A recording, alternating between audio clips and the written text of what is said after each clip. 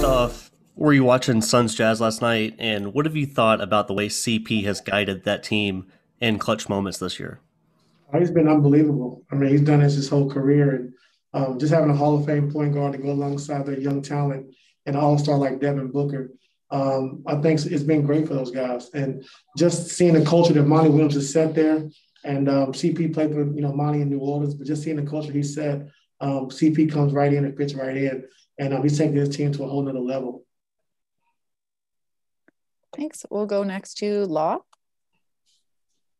Good evening, Ty. How you feeling, man? Good. How are you? I'm doing well. First, same starters as Tuesday night. Yes, sir. And speaking of starters, the Suns, that lineup that they start games with, they've leaned into it more than almost any other team in the league. The Jazz as a possible exception. And just wanted to know what your observations of what that starting 5-man lineup does well, and how you go about challenging them tonight. About challenging Phoenix? Yes, Phoenix. Oh yeah, I think with CP at the lead guy in that position of being the point guard, I think he's done a good job of getting those guys easy shots. I think you have a defender and a 3-and-D guy in Bridges and the forward Crowder. With Bridges and Crowder, 3-and-D guys, so they really preach defense. I think Aiden's done a great job. I think with Bridges, and like I said, Crowder being able to defend and CP being a defender, that first unit is tough because they're going to defend every single night. They're going to bring a physicality on the defensive end, but then also they're able to make shots. And I think CP handling the basketball and taking it out of Booker's hands where, last year and the years in past, he's always had to have the ball in his hand because he's never had a point guard like CP who can control the game, get him easy shots by playing off the basketball. And then in the fourth quarter, they played through Devin Booker, getting to the elbows, getting to the ISOs, and they've done a great job with that. Thanks. Next, we'll go to Miriam. Hey, Ty, good afternoon.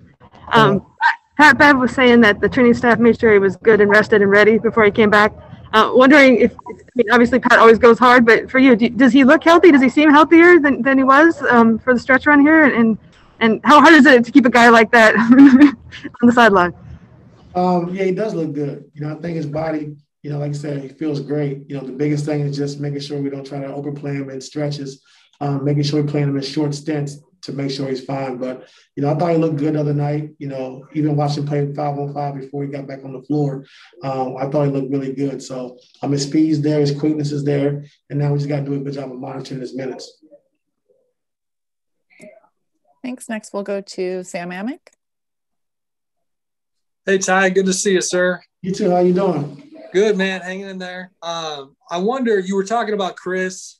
You can appreciate as well as anybody what it takes to play that point guard position for years and years. And I just wonder how surprised you might be, like a lot of people, at his ability to play at this age. He's going to be 36 next month, I think it is.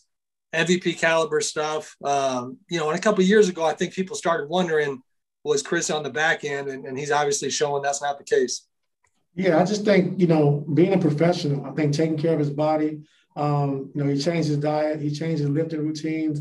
And I've talked to him over, a numerous amount of summers, and he just really changed his body. And he's doing a good job of taking care of it. And I think, him playing at a high level really puts his team over the top. And, just bringing him in with his leadership and things he's done for his team is unbelievable. But I think the biggest thing for CP is just being a pro and taking care of his body. And he's been playing at a super high level. Just a quick follow. When you look at them in the context of the West, I don't think anybody saw them being as good as they are.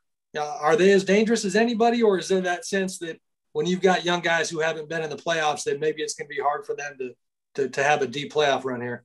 No, I think they're very dangerous. Like I said, when you have a Hall of Famer in Chris Paul and you have an all-star in Devin Booker, who I think is a phenomenal player, it's no telling how far they can go. And I think they're young talent. Those guys play hard. They understand their role. They understand what they're supposed to do every single night. And when you got two great players like Booker and CP, like I said, the sky's the limit. Thanks, Ty. Good seeing you. You too. Thanks. Next, we'll go to Tomer. Oh, sorry, not yet, Ty. Here's I Tomer. was adjusting my little cushion again. Don't leave without letting me get one in. Come on now. No, I know it's coming. With Serge being out, I guess maybe longer than you may have expected. I don't know how much longer. DeMarcus said the other day that he hasn't really had many conversations with you. One, what have those conversations been like since he joined? And two, like how big can Cousins be for you guys in a role that, Pat Patterson's not really a bigger body? How big can Cousins be filling that role off the bench? He can be very big. I think, with Cousins, he's pretty much a mixture between Zoo and Serge. A guy who can pick and pop, he can space the floor, and then also he can roll and post up, and be a big body inside like Zoo is. So he brings us two dimensions, in one player. His great passing ability. I think he does a good job of rebounding the basketball. So like I said, just bringing him in, really didn't know because I knew he wasn't going to know the play. So we try to simplify that for him as much as possible. But I just thought the other night in Portland, when Cameron came in the game, or Josh came in the game, just give him a shot and just see what he can do and what he looks like. And I thought he did a great job, like I said, of just, his first game being on the floor and not really knowing much of what we want to do. I thought he fit in pretty well. PG said he was a great locker room presence for you guys. Is this a guy that you think could fit, not only not only these 10 days, but beyond the 10-day contract? Say it again. I'm sorry. I'm saying, PG was saying he's a great chemistry guy in the locker room. I'm saying, is this a guy that you hope can stay beyond this 10-day contract? Oh, yeah, you hope so. Like I said, a guy like this with the talent that he has, it'd be great, to be on our team. And like I said, I just think that he's done a good job. He's come in every day, plays 5-on-5 with the young guys to try to stay ready. He come early, stay late every day, just working on the plays and trying to pick it up. So, like you said, with Serge being out and needing a bigger body for bigger players that we're going to play, I think he can make a huge impact for our team. Thank you, Ty. Thanks. Next, we will go to Mason. Hey, Coach. I'm just wondering if has there been any, with the COVID safety protocols, has there been any off the court chemistry and team bonding stuff that you haven't been able to do with your team that you wish you could have done? And if so, are you looking forward to maybe as the restrictions are starting to get lifted, starting to do more of that kind of off the court bonding stuff? I mean, yeah, you would want to, like I said, but with the protocol and the safety of everyone, it's not smart right now. But I think we're getting a lot of that out of the way because we're practicing and we're seeing each other a lot more. We're watching a lot more film. We're coming in more days than we normally do. So that right there gives us bonding time, in itself. So just keep following protocol, just keep getting together when we can and watching film and having our walkthroughs and, guys getting comfortable, familiar with one another. Appreciate it. Thanks. We have time for one more, going with Justin because your hand's been up longer. Go ahead, Justin.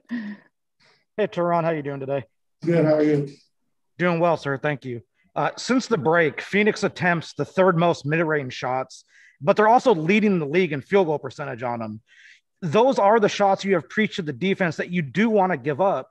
So how do you weigh that in a game like this against a team who is so good at them? You just got to try to make it difficult. I think you don't want to change your whole defensive scheme because they do have great mid-range shooters, but we want to be up a little higher on the pick and rolls with Booker and CP, so they don't just come off and get right to their comfort shot. Mixing a few blitzes here and there, mixing a few switches, kind of like we did in the first game when we played with Phoenix. So just give them different looks. And, I really don't like giving up anything because I was a mid-range shooter myself. And as long as the scoreboard moving, I don't care what shots you shoot, So, but they are, like I said, great shooters at the mid-range. And we just got to do a good job of just making it tough and making them uncomfortable. Thanks, Coach. Have a good game. Oh, nothing from Cam today, huh? That's good.